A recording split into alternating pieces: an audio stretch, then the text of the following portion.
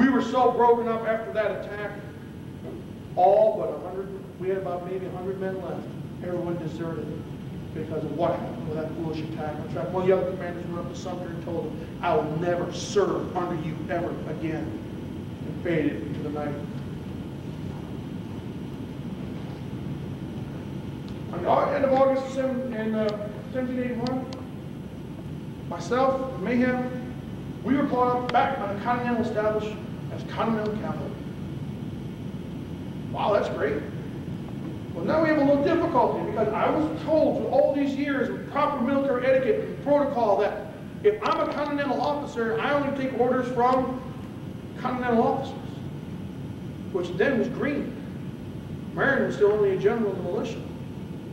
And this was kind of hard for me because I was good friends with Marion. We've gone through so much together. Now, Mahan, on the other hand, he took it like a dog with a biscuit. He's like, woo, yes, independent command. I don't have to listen to any of you anymore.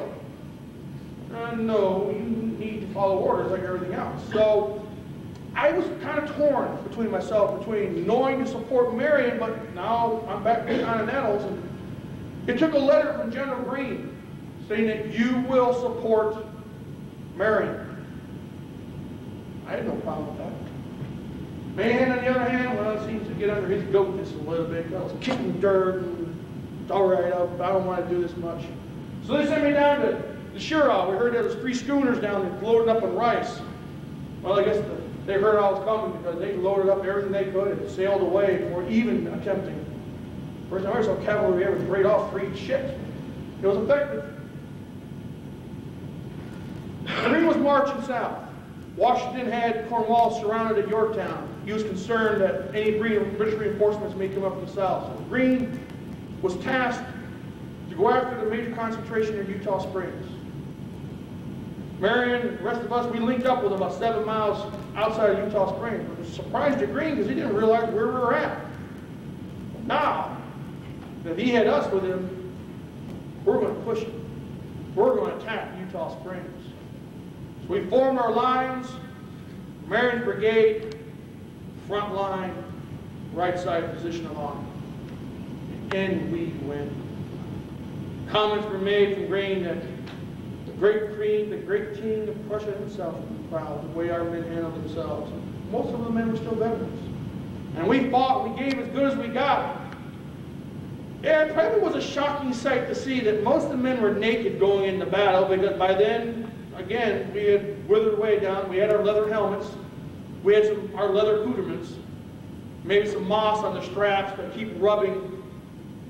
The rest of us were as naked as the day they were born marching in that field. That must have been a sight to behold to the British man in that line. And we fought as hard as we could until we ran out of ammunition. They pulled us off the line. And then as we advanced forward, we found the British camp. And we decided to liberate that and bring it back under South Carolina control. We went through all those tents and find the clothes and things that we needed. And unfortunately, kind of slowed the momentum of the attack. And we had to find a port out. That was our last major battle. The British were pretty much broken. At this point, Mayhem and I were just not seeing eye to eye about everything. I outranked him. We're supposed to be working together. He wouldn't follow orders. He kept on pushing the issue that he's a Continental officer. I go, well, so am I. And I'll rank you. And around we went. He just wouldn't see reason. If you did actually put it side by side, I could see some similarities. But when the war started in '75, I signed up and didn't serve my state. He was a politician. He was in the Congress. I stayed and fought for a good year before he showed up and finally joined one of the regiments. I was one of the original members of the parties. I've been with this group from day one. He just showed up. So I outranked him. He didn't like that. We're both independent officers. We both understood that. In order to be able to be an aggressive officer, so we had those unique personalities. Anytime you take similarity to people, we're going to bang our heads together.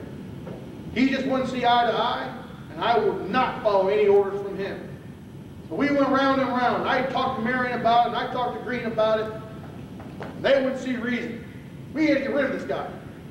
They didn't believe it. I told him he's going to be a problem.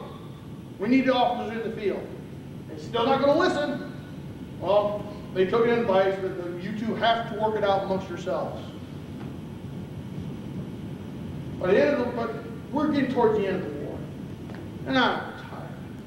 I'm sick. I've been in the swamps for most of my time. We have them bottled up in Charleston. What do I really need to do with a cavalry for that? Well, also in 1782, they held the elections in the state assembly. Marion gets elected. So he decided he's going to go and sit as a politician at the assembly. So he leads the command. Places me in charge.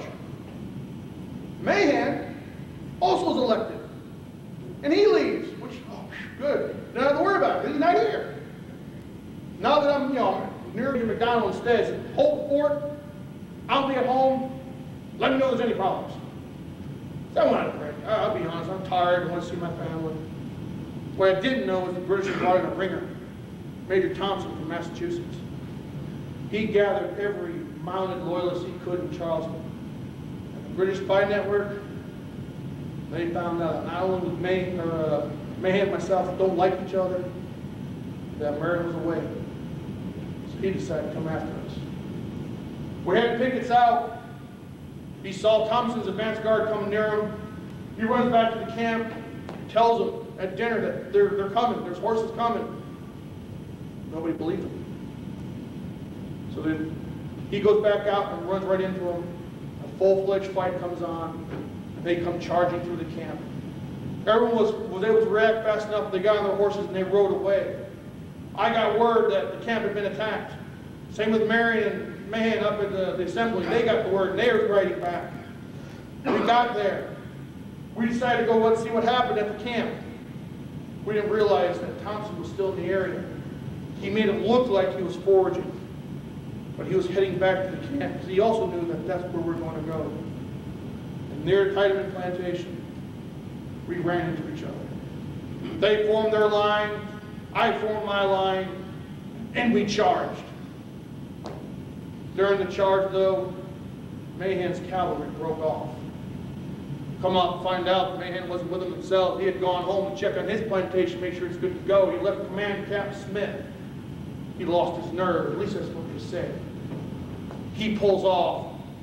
Now I have all Thompson's horses around me. I'm fighting for my life. Every one of my men got down to individual combat. We had to break out on our own, try to escape. I could not figure out why that Mahan would leave me out there like that, hung and exposed to the enemy over some drill region because he couldn't understand dial range or whatever that case may be. You just don't do that to your fellow officers. I had nothing left. By the time we got reorganized, Marion rode up, got us back together, was able to push off Thompson and his crew. I had no one left. Now the governor steps in. He takes both of our horses and puts them under Mahan's control. I've had enough. I wasn't going to play this game no more. I've already seen how many times the civil authorities stuck their noses into military matters and just messed things up. Beginning with the siege of Charleston way back then, when they were ready to give up the city without even a fight. I've had enough. I took my sword, I'm going home. I've done my duty, I've done my time. Marion was able to convince me to stay in. He told me, hey, I understand, go to Georgetown, take command, keep the city running. I also knew if I just waited long enough, Mahan would get his. And sure enough, he did. He got sick. He went home. He got captured by the Loyalists. He signed a parole saying that he will no longer fight. So he shows back up in Marion's camp, ready to continue operations. Marion being a stickler for regulations, looked at Marion and says, you signed a parole. You can't fight no more. You no longer can lead the cavalry. He would die in 1789, a broken man, in debt, not as famous as he wanted to be. Now I guess this is marker, covered in weeds and vines. As for myself, well, I guess this is history. I'll be promoted Brigadier General, given the command of the 6th Brigade, which is the Georgetown Militia, up to 1806. They even named a county after me. I would serve a couple more times in the assembly, and I would later die 20th February 1815. And in January of this year, I was inaugurated to the South Carolina Hall of Fame. Pete Horry came a long way from just being a regular gentleman farmer. Become a good friend to Francis Marion. When you're waging a guerrilla war, it's great to have those good leaders. We'll have those good men that he could trust to do his bidding, to follow his orders. We wouldn't be able to drive the British out of South Carolina and liberate it to make it the state it is today.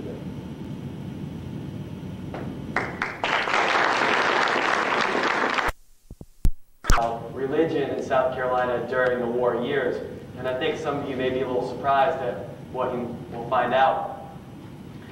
In order to really understand it, though, you have to look at it through the entire time period.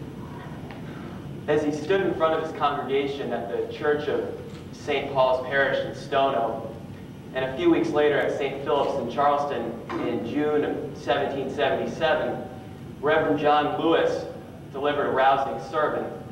Let us image to ourselves a fertile country turned into a desert.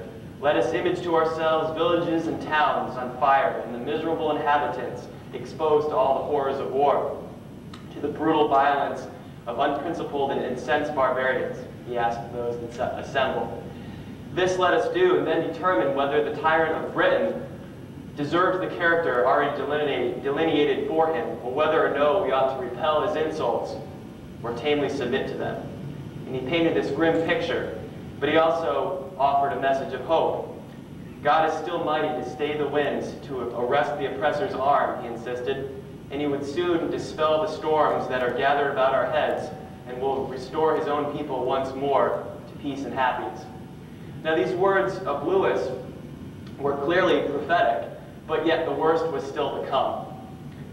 In the previous years, from 1774 to 77 or so, ministers and their congregations chose sides. And we'll see what happened in those first few years. And in the years that followed, ministers and their churches and the people within them, including Lewis, would feel the ravages of war. And some would enlist as a result of what happened to their churches and to those people.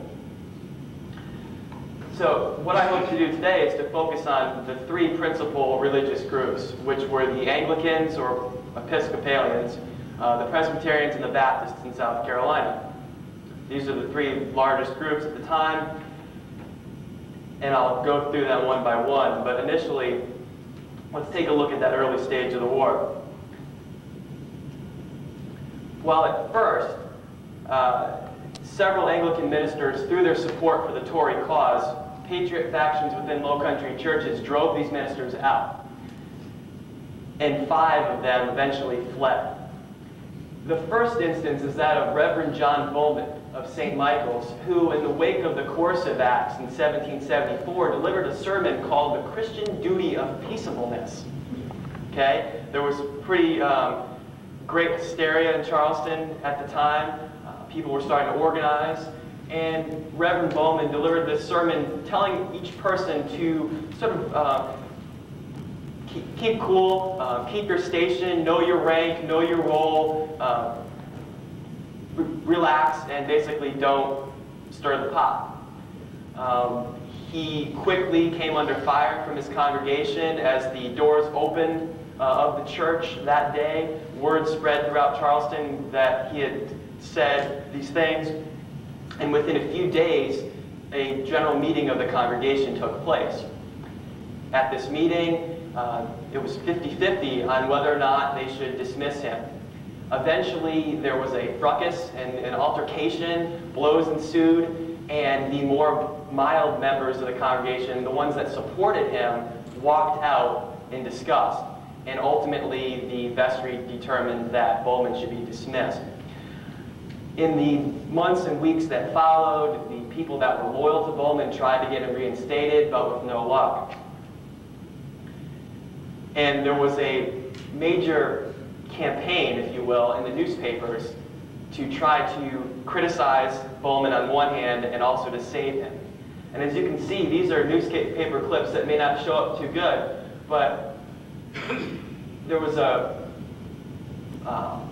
editorial by Crispin Heeltap, okay, a pseudonym, a man who was basically leveling all these personal attacks, personal charges on Reverend Bowman. And also Philo-Clericus, another pseudonym, who apparently was one of these members of the congregation that did not like Bowman. And he wrote that Bowman was both bull and man. He was a drunkard. He needed to lay off the pipe. He was an elitist. And in fact, he had actually walked away from the funeral when the family showed up late. So he had leveled all these charges, most of them groundless, some of them perhaps exaggerated, against Bowman. And again, Bowman and his supporters were not successful, and by March, the end of March of 1775, Bowman left for the West Indies. As the Patriots began their defense of Fort Sullivan, the Reverend Robert Cooper of St. Michael's would be the next to make public statements. He had refused to sign the Whig Association. He had refused a call to join the Patriot militia. He had declined to take an oath of allegiance, okay, all around that time. And as Peter Horry and his men were preparing Fort Sullivan for the defense, and the defense began, in fact, that same day, Reverend Robert Cooper of St. Michael's went to the pulpit and delivered prayers, offered prayers for King George III, that he would successfully vanquish all his enemies. Not smart, given the polarization in the community, and especially the fact that by that point, most people were eagerly supporting the Patriot cause. So again, Patriot parishioners pressured the vestry to dismiss Reverend Cooper, and just a few days later, the vestrymen brought the tenure of Robert Cooper to an end. Now, as George Williams asserts, and he's a historian of St. Michael's, both Cooper and Bowman, like other Anglican ministers, had taken an oath of allegiance to the king. And this oath forbade their toleration of any power, spiritual or temporal, contrary to that of the king. And while some of their fellow ministers may have believed that their obligations lay to the colony, like the Reverend Robert Smith, pictured below, of St. Philip's, there were indeed 5 Anglican ministers who sided with the British and eventually were forced out. Patriots also feared that pro-British ministers would try to incite their slaves to revolt in the British interest, or also to defect en masse to the British ranks. And this could easily be achieved, they realized, through religion. So the David Margate incident refers to an African man who claimed to be a free slave, who was a Methodist preacher. He also claimed to be a Methodist preacher. Now, in 1775, Margate addressed an audience in Charleston composed mainly of slaves, but also of some whites. And pandemonium ensued when David Margate insisted that, quote, God would send deliverance to the Negroes from the power of their masters as he freed the children of Israel from Egyptian bondage. And to make matters worse, Margate reportedly dropped some additional unguarded expressions which were construed as though he meant to raise rebellion amongst the slaves. There was some discussion that perhaps Margate was an impostor, that perhaps he was not even a Methodist preacher as he claimed. There was also some speculation that he was from England and perhaps had been involved in the early stages of abolition in the 1770s and had come over to try to rouse up some sort of slave rebellion. So according to a fellow preacher, he persisted in this shocking delusion that he was a second Moses called to deliver his people from slavery until death threats followed him and he was forced to flee under the cover of darkness. Now, the Reverend Robert Smith is one of the most prominent Anglican ministers. In later years, he would become a founder, trustee, and president of the College of Charleston. Reverend Robert Smith also became the first bishop of South Carolina, and he's pictured on the bottom left. He sided with the community. He sided with the Patriot cause, and in fact, he was present at the Battle of Fort Sullivan.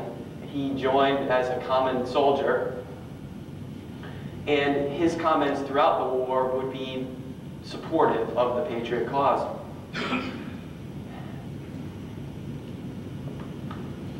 Because South Carolina's dissenters, by that I mean non-Anglicans, composed such a sizable minority, but they were concentrated mainly in the backcountry, committed Patriot leaders pushed in the early stages of the war to win support for the Patriot cause. And they did this in two ways. First was to launch a backcountry speaking tour. And the second was to push along the process of disestablishment. In other words, moving along towards freedom of religion, or perhaps making the Anglican Church no longer the official church, supported by state taxes. So as they were driving John Bowman out and would soon go after Robert Cooper, determined patriots swayed backcountry opinion by sending an expedition.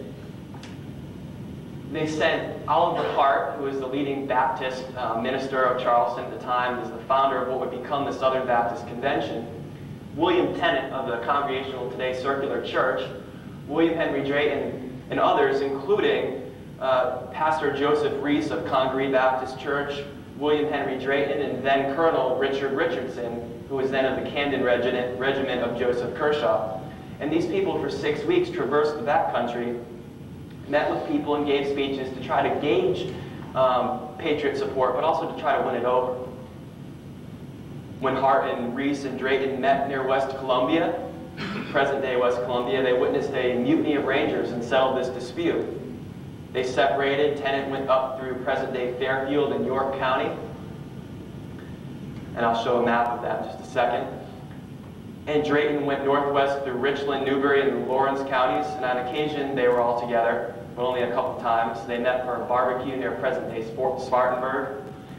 During his time on the frontier, Hart actually missed the birth of his infant son, who died shortly after his return. Now, according to historian Jason Farr, this is called denominational diplomacy. Okay? The people in the Low Country knew that people in the backcountry were somewhat skeptical, that they viewed the Low Country politicians with some distrust and disdain, and by sending these prominent ministers, they could perhaps win them over. And it was somewhat successful. It also laid the groundwork for future support. Okay. This is a map that I actually painted on on the computer to show the route that they took. So Drayton is in blue, Tennant's in red, and Hart is in green. But again, at various times, they were accompanied by other ministers, by Colonel Richardson, etc. Now, second, Patriot leaders also pushed through the process of disestablishment in the hopes that this would further solidify support. Now, again, they hoped that if they had changed the law so that the Anglican Church was no longer the official church, was no longer state-sponsored, tax-sponsored, they thought that perhaps people would throw their support for the Patriot cause. And again, this took shape in 1776 and 1777. I've shown the petition of the dissenters that William Tennant brought to the House of Commons. And in 1778, the South Carolina Constitution that was signed granted full freedom of religion and disestablished the state church. And it also provided guidelines for how to incorporate dissenting churches, Baptist, Presbyterian churches. And then it was not until 1790 that equality was granted to Jews, Roman Catholics, and non-believers. This act shored up support for the Patriot cause in the backcountry. But now I'd like to move on and look at some specific congregations and the ways in which they're affected and the way that will play into the war effort. First, I'd like to start with the Presbyterians. By 1775, there were 48 Presbyterian churches in South Carolina, and during the Revolution, most of these churches, in fact, almost all of these churches, sided with the Patriot cause. In some congregations, it's been said the name of Horry was unknown. The war brought great suffering to ministers and their families. On July 1st of 1776, the Cherokee Indians launched attacks in the backcountry. And you can see with an L, the congregation at Little River, not far from 96, was attacked, and Reverend James Cresswell, an ardent patriot who had pledged his support during this mission to the backcountry when the ministers had visited a year earlier, the Cherokees captured several prisoners. They led many people to flee the area, and the remainder holed up in a small fort nearby. There's conflicting reports. Family history and religious history have it differently. But in any case, Cresswell died a few months later. I believe he died of natural causes. Some say that he was killed as a result of a raid by Cherokees. Again, he left behind a widow and 4 children. But the real terror really came after 1778. Both British troops and Tories had, quote, sown vengeance against the Presbyterian clergy, and as a result, many pastors fled. Reverend Thomas Reese of the Salem Church Black River fled to present-day Charlotte, North Carolina. His congregation faced pillage and murder at the hands of the Harrison brothers Tory gang. Thomas Craighead, the newly appointed minister of Waxhaw, he fled during the war. And without their pastor's guidance, the worries of congregations would become much greater. Some ministers could not escape and were captured for their outspoken comments against the British. In December of 1778, the British took 30-year-old Reverend Moses Allen prisoner. Moses Allen, near the bottom, he was formerly of Wapata, but he had actually gone to Georgia. The British held him on a prison ship in Savannah. He attempted to escape by jumping from the ship into Savannah Harbor and was drowned. When his body washed up in a neighboring island in Georgia, he was found by some friends. The British refused to give them boards to make a coffin. And this act further incensed his community in South Carolina, and we'll see how that would play into it in the future. Reverend William Martin of Lebanon Church, Jackson's Creek, Fairfield, was imprisoned and held at Rocky Mountain, Camden in 1780. And after being brought in front of Lord Cornwallis, he offered politely his opinions. Though he disagreed on politics with Cornwallis, he did so courteously, and this would prove a blessing. A band of Tories captured a member of his congregation later on, and which was Colonel Minor Wynn.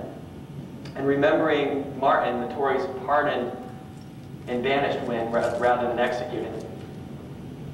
Now, after the fall of Charleston in 1780, the British captured Reverend James Edmonds and Josiah Smith of the Independent Meeting, now Circular Church. They imprisoned Edmonds on the Torbay prison ship and exiled Smith to Philadelphia, where he died of natural causes.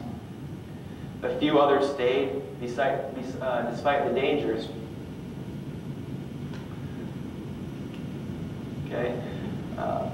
Reverend Gurley of Stony Creek in Beaufort County, he stayed behind, hid out on a member's plantation. Reverend John Harris of Long Canes Church, the church where Andrew Pickens was an elder. He was an ardent patriot. He kept his gun beside him in the pulpit. He was known to preach with his ammunition around his neck. Reverend Joseph Alexander of Oaks Creek in York County, he was also a patriot. He remained with his congregation. And it's been said that the elderly men that remained guarded the church with rifles in hand while he preached. The sad story of Reverend John Simpson and his family, I think, is emblematic of the difficulties faced by pastors' wives at this time period. According to his grandson, Simpson, who was the pastor of Fishing Creek, was a short, stout man, about 5'6", and was known for preaching with energy and gusto, and for his spontaneous outbursts of emotion. Simpson joined Sumter's army in 1780, and in his absence on June 11, 1780, a Sunday morning, the enemy approached the church, expecting perhaps to catch it in session and maybe even to find him there. Finding it vacant, they burned it down. In the meantime, Mrs. Simpson and her 4 small children heard the commotion and fled from their home into an adjacent orchard. They hid as the enemy ransacked their home, ripped apart the family's feather beds, and then burned the house to the ground as they watched from this orchard. And as they rode off, Mrs. Simpson ran back inside and was able to salvage only 2 apronfuls of belongings from the raging inferno. Thereafter, the Tories repeatedly stopped by the home in which Mrs. Simpson and her children were staying as guests, and wearing John Simpson's clothes, they, quote, asked if they were not better-looking men than her husband, and would strut exultantly before her. They also promised that someday they would return with a present for her, Reverend Simpson's scalp. On the day preceding the Battle of Camden, just 2 months later, while on the retreat, Sumter's men were accosted by Tarleton. Simpson was among them. He narrowly escaped capture on his trusty horse as it made a few leaps. Now, miraculously, Simpson and his family reunited. All were healthy, all were well. And he rebuilt his home and church and continued to preach at Fishing Creek. I've marked some of the locations of these churches here. That's Charleston. This is an image of Fishing Creek as it would have looked. This is the church that Simpson rebuilt in 1785. This is taken from the 1930s, I believe, but you can sort of see a small white building, probably 30 by 20 or so. So the destruction of Fishing Creek was not an isolated incident. And as I neglected to mention, the case of Reverend Mr. Atkins is pretty interesting. The case of Mr. Atkins is interesting because he was the minister at Wapata, and he was found murdered in his parsonage by one of his slaves in 1778. A shocking incident. There was again some suspicion that perhaps the British put them up to it. Perhaps it was an escaped slave. That was the source of great fear, and there were other congregations that worried that perhaps this sort of thing would occur too.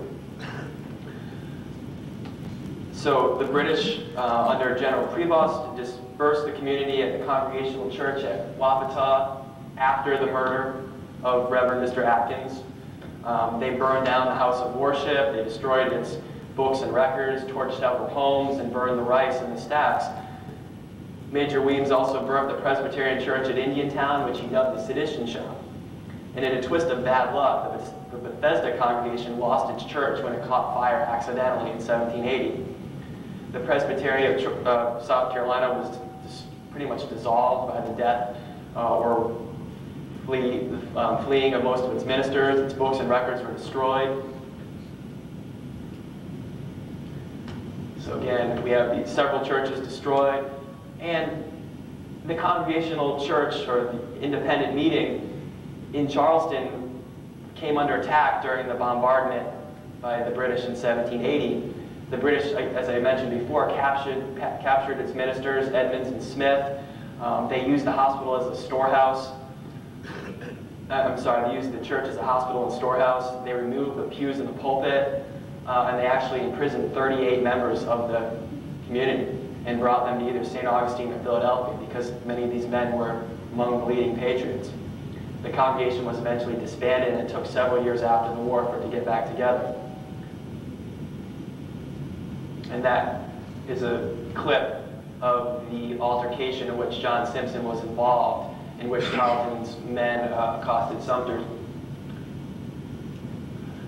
Okay, so we saw what happened to the circular church.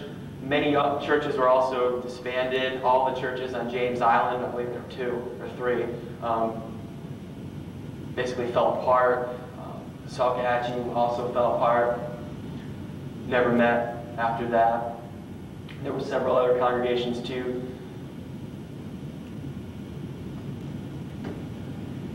Even for churches that remained, that still met, that were not interrupted by the war, eventually something would happen that would either galvanize the community to join the effort, like the burning of Indiantown, for example, after which many men joined, joined because of that. Others would just be tragedies that were sort of unexplainable and but interesting in their own right. Williamsburg served as a hospital, as a gathering point prior to the Battle of Sandpit Bridge, and so did Waxhaw. It's a rendezvous point for the Patriot Militia, a place for the wounded to receive care.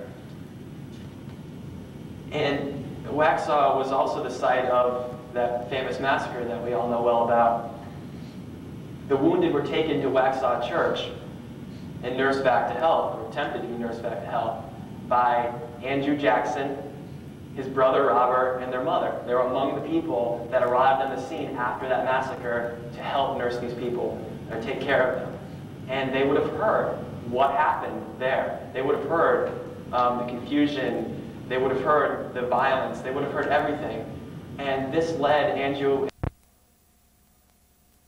and as a result of the leadership of Furman and Botsford for the Baptist Church.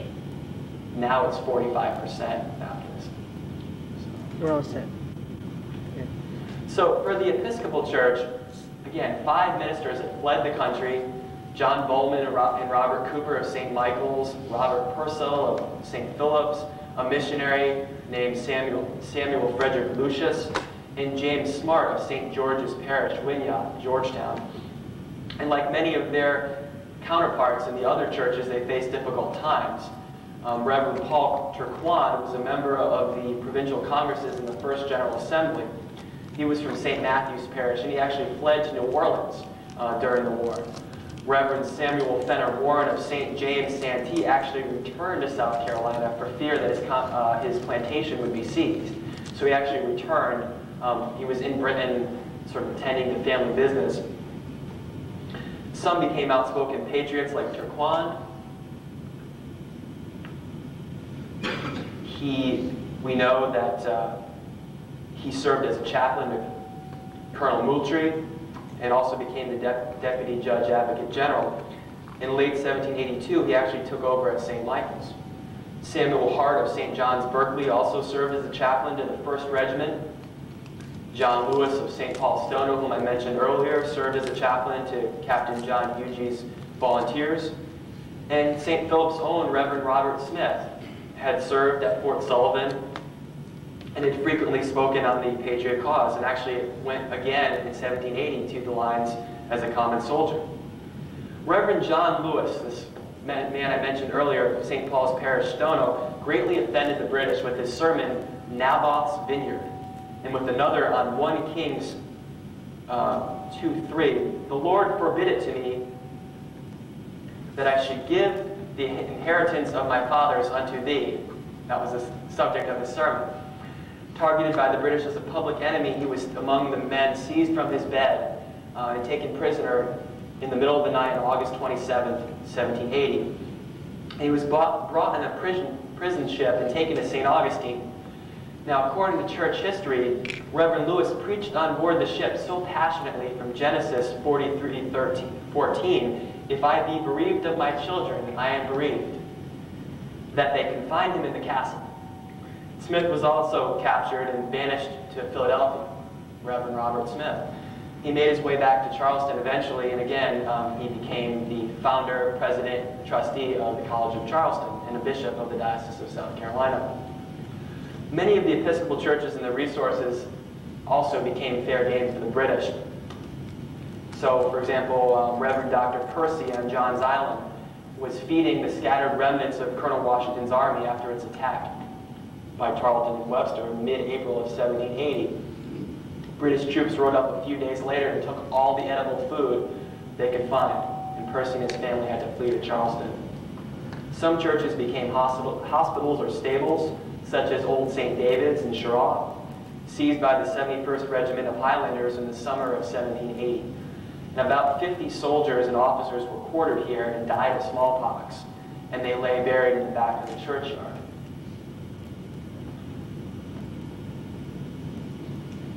So we can see the churchyard, church, again, the location, and the sign marking the grave. The British also stabled their horses at the Church of Prince George Wynyard in Georgetown and at St. Helena's Parish Church in Beaufort during the war.